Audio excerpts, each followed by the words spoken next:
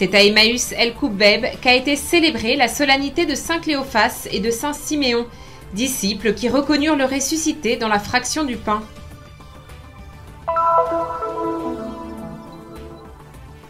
Le 28 septembre, les frères de la Salle ont célébré 150 ans de présence en Terre Sainte, avec une messe présidée par le cardinal Pizzaballa dans la cour de leur école à Jérusalem.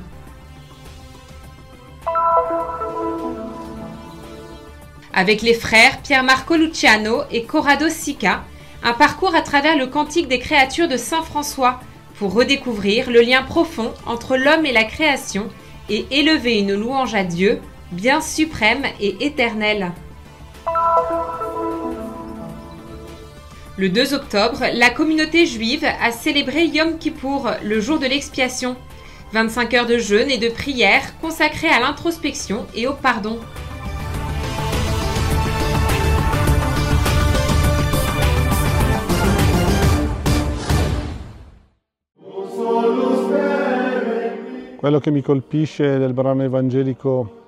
Ce qui me frappe dans l'évangile de Luc, c'est que ces deux disciples, Simon et Cléophas, ont le visage triste parce que leur espérance a été brisée, en quelque sorte anéantie par la mort en croix de Jésus. Et il est intéressant de voir que Jésus lui-même, en personne et ressuscité, se met aux côtés de tous les hommes qui ont perdu une espérance. Il me semble que c'est un évangile très actuel, ici en Terre Sainte, car nous avons justement besoin que Jésus, en personne, se fasse compagnon de route de tous les désespérés, c'est-à-dire de tous ceux qui ont perdu une espérance et qui voient leur attente légitime de justice, de paix et d'un avenir meilleur réduite à néant. Le loro aspettative legittime di giustizia, di pace, di un futuro buono.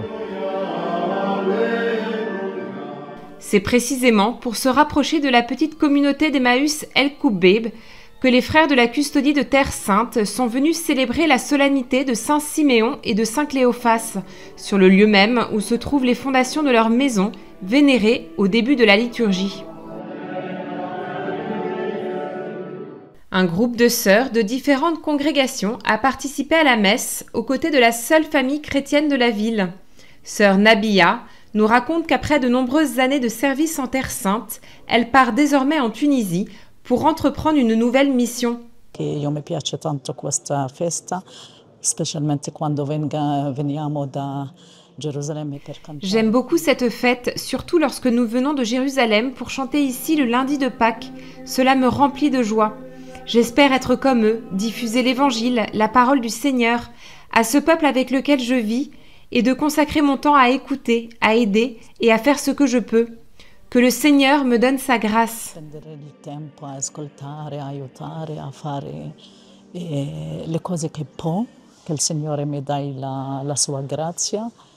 Victor et son épouse Alice, la seule famille restée à Emmaüs, racontent qu'autrefois le village était habité par de nombreuses personnes de foi chrétienne et que les fêtes étaient très fréquentées. Son grand-père travaillait au sanctuaire et à cette époque, la vie y était bien plus intense qu'aujourd'hui.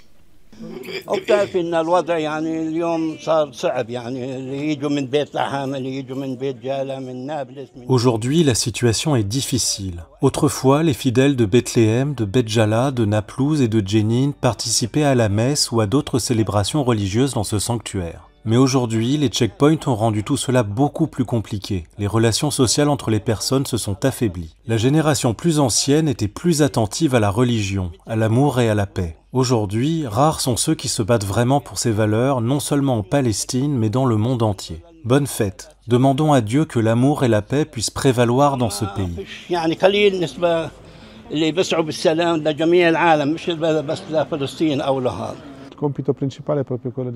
La mission principale est justement de partager la parole, de partager l'Eucharistie, ce qui signifie aussi partager la charité avec tous. Cela devient pour nous un engagement, mais aussi un besoin. Avant tout, celui d'être accompagné par Jésus le ressuscité, afin de pouvoir, à notre tour, accompagner et rester proche de chaque homme.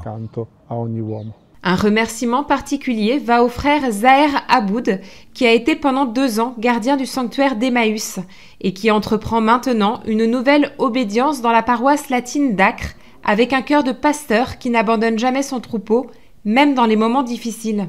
Je crois que c'est la mission que nous avons menée. Dans le commentaire de l'évangile d'aujourd'hui, celui du riche et de Lazare, il est dit que son unique péché était l'indifférence. Et nous, les frères, nous n'avons jamais été indifférents face à la souffrance des gens. Parfois, nous avons souffert, parfois, nous avons été incompris, mais nous avons malgré tout continué à porter la croix et à rencontrer le Seigneur, pour ensuite repartir vers un autre lieu, tout comme les disciples qui sont repartis à Jérusalem pleins de joie pour annoncer le Christ ressuscité.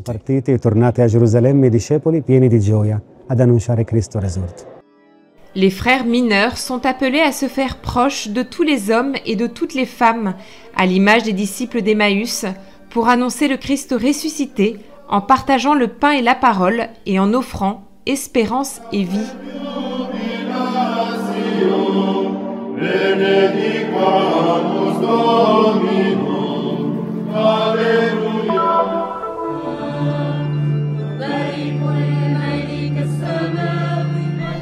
Afin de renforcer les valeurs humaines et spirituelles et venir en aide aux plus démunis par la mission éducative et formative, les frères des écoles chrétiennes de la Salle ont célébré les 150 ans de leur présence en Terre Sainte. La cérémonie s'est tenue le 28 septembre dans la cour de l'école des frères à Jérusalem, au cours d'une sainte messe présidée par le cardinal Pierre Battista Pizzaballa, patriarche latin de Jérusalem.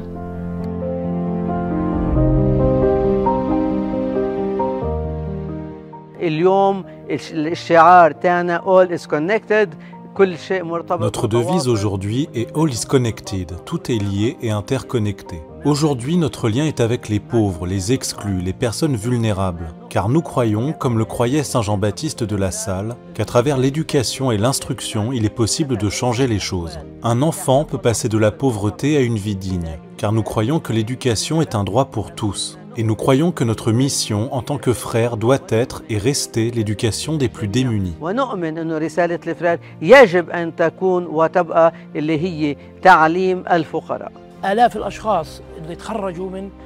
Des milliers de personnes ont été diplômées ici et aujourd'hui, beaucoup d'entre elles comptent parmi les personnalités les plus importantes de ce pays. Figures historiques et nationales, écrivains, penseurs, philosophes, dirigeants et bien d'autres. Elles ne viennent pas seulement de Palestine, mais aussi de tout le monde arabe, du Golfe, du Koweït, du Qatar et de l'Afrique du Nord.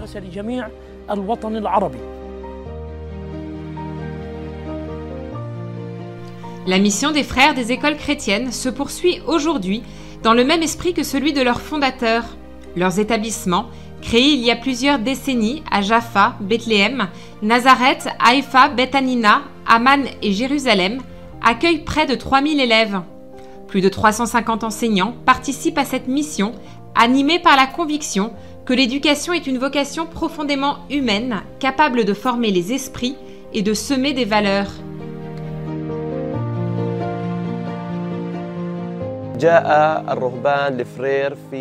Les frères des écoles chrétiennes sont arrivés à une époque où la Palestine avait un besoin urgent d'éducation et de repères.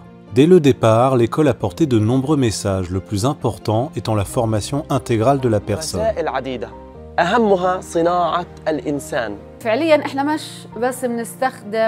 Nous n'utilisons pas l'école uniquement pour transmettre des connaissances scientifiques, mais nous œuvrons à préparer les élèves à affronter les défis de la vie.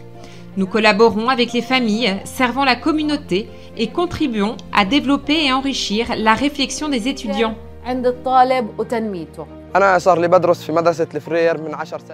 J'enseigne à l'école des frères depuis 10 ans. Cette école porte en elle une longue tradition éducative, morale, formatrice et sociale. Je suis reconnaissant de faire partie de cette institution qui m'a offert tant d'expériences précieuses.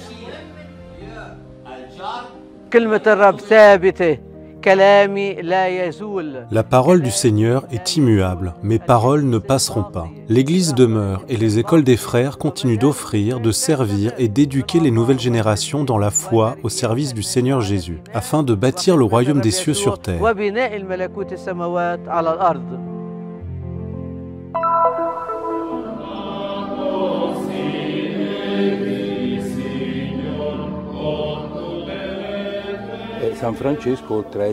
Cette composition revêt une signification toute particulière, surtout pour nous, Italiens. Saint François, en effet, n'est pas seulement le fondateur de notre ordre, mais aussi l'un des pères de la langue italienne. Le cantique est une œuvre poétique et très probablement aussi musicale. Si la mélodie originelle s'est perdue au fil du temps, il nous reste le texte, véritable trésor inestimable.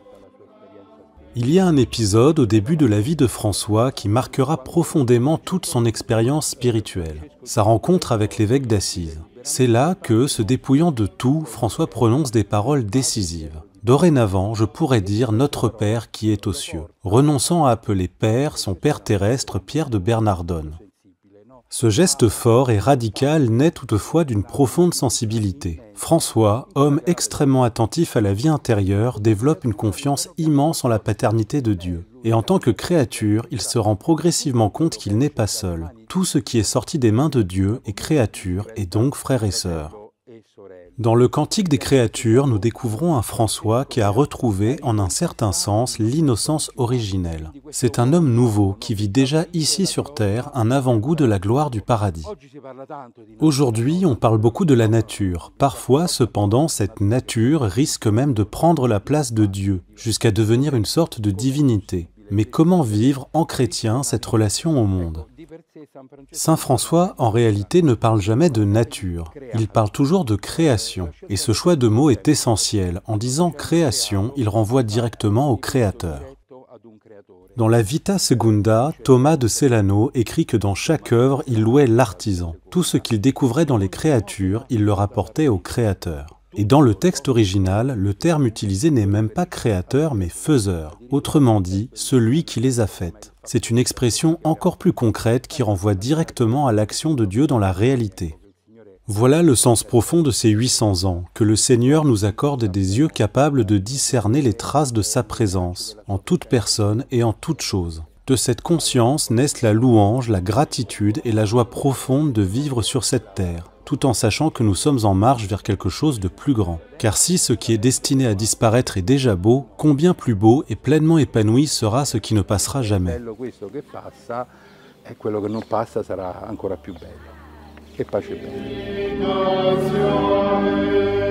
Pendant le Triduum, qui nous mène à la commémoration du Transitus et à la fête de Saint François, le frère Corrado Sica nous fera découvrir les musiques qui accompagnent la liturgie.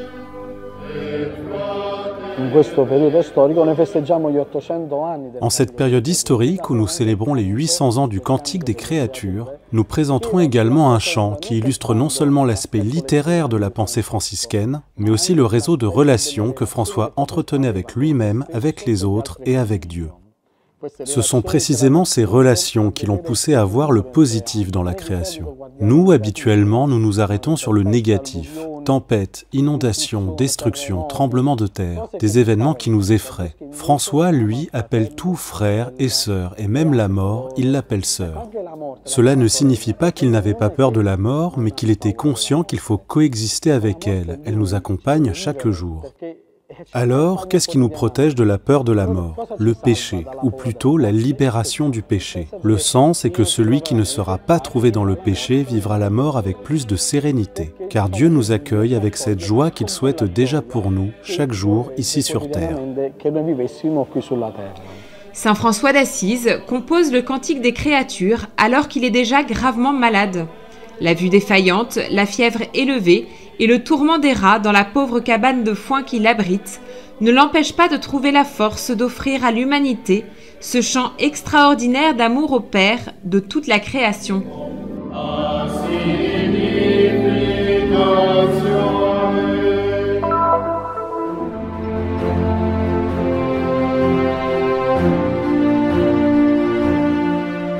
Le 10e jour de la nouvelle année juive marque Yom Kippour, le jour de l'expiation. Comme le rappelle le livre du Lévitique, en ce jour, on fera expiation pour vous, afin de vous purifier. Vous serez purifiés de tous vos péchés devant le Seigneur. Cette année, il sera célébré le 2 octobre. En hébreu, son nom signifie littéralement « jour de l'expiation », une journée entièrement consacrée à la prière et au jeûne, qui s'étend sur 25 heures consécutives.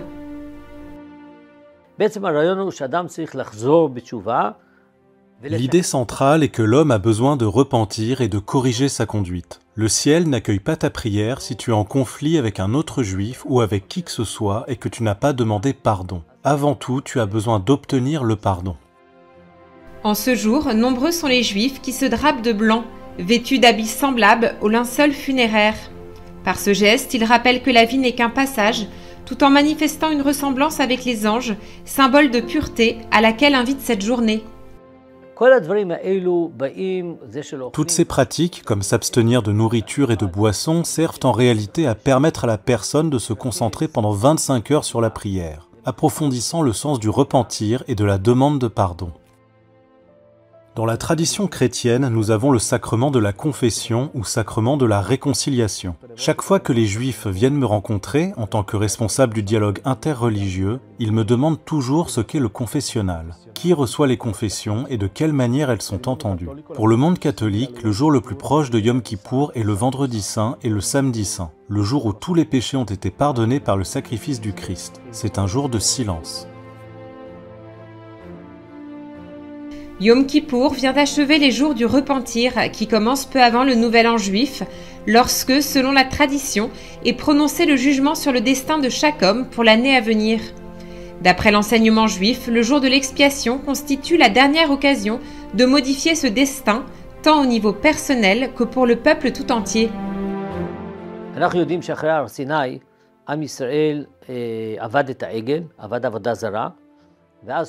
Nous savons qu'après l'ascension de Moïse sur le mont Sinaï, les Israélites adorèrent le veau d'or, commettant ainsi l'idolâtrie. Quand Moïse redescendit pour la première fois avec les tables de l'Alliance, il les brisa. Dieu voulait punir les Israélites, mais Moïse implora leur pardon. Dieu y consentit et lui ordonna de remonter sur le mont Sinaï. Moïse en redescendit avec la deuxième version des tables, et le jour de sa descente fut précisément Yom Kippourim. Cet événement représenta le signe du pardon de Dieu pour le peuple d'Israël.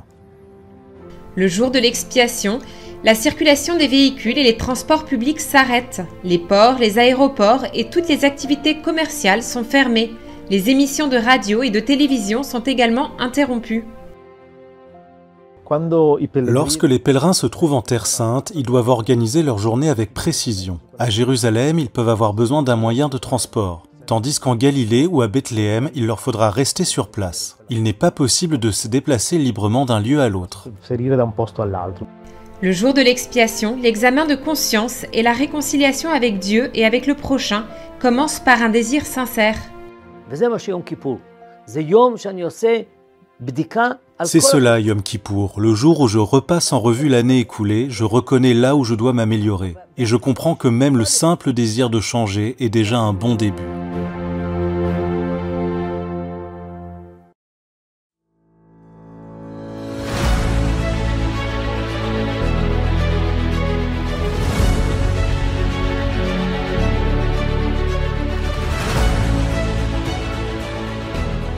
Faites un geste de solidarité et soutenez la mission de la custodie de Terre Sainte. Le Christian Media Center diffuse la bonne nouvelle du Christ en faisant connaître au monde la spiritualité des lieux saints et la vie des chrétiens locaux. Votre contribution nous aidera à porter toujours plus loin l'annonce du Seigneur ressuscité aux hommes et aux femmes de toutes les langues et de toutes les nations. Pour nous aider, il vous suffit de scanner ce QR code. Votre choix fait la différence.